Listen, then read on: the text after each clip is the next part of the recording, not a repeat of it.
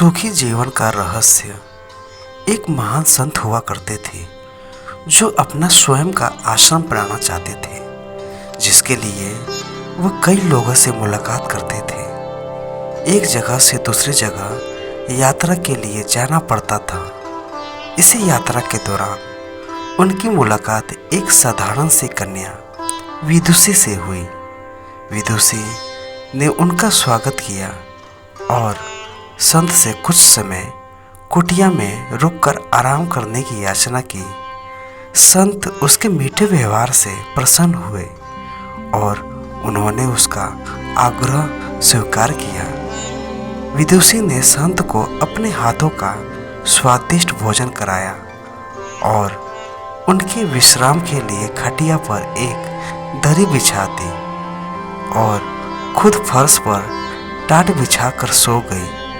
विदुषी को सोते हुए नींद आ गई। उसके चेहरे के भाव से पता चल रहा था कि विदुषी चैन की सुखद नींद ले रही है। उधर संत को खाट पर नींद नहीं आ रही थी। उन्हें मोटे नरम गद्दे की आदत थी जो उन्हें दान में मिला था। वो रात भर विदुषी का सोच रहे थे कि वह कैसे इस कठोर जमीन पर इतने चैन से सो सकती है।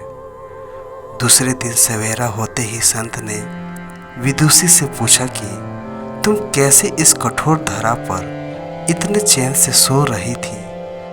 तब उसने बड़ी सरलता से उत्तर दिया, हे गुरुदेव, मेरे लिए मेरी ये छोटी सी कुटिया एक महल के समान ही भव्य है। इसमें मेरे श्रम की महक है।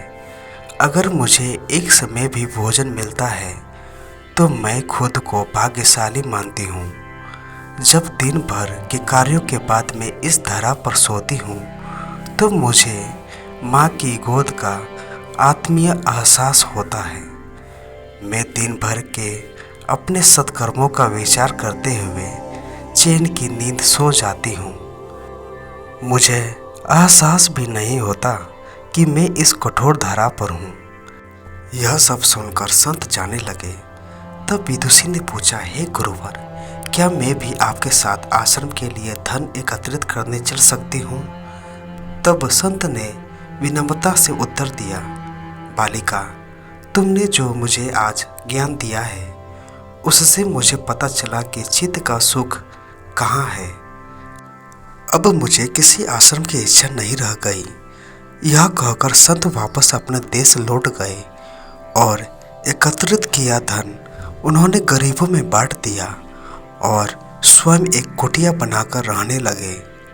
शिक्षा, आत्म शांति एवं संतोष ही सुखी जीवन का रहस्य है।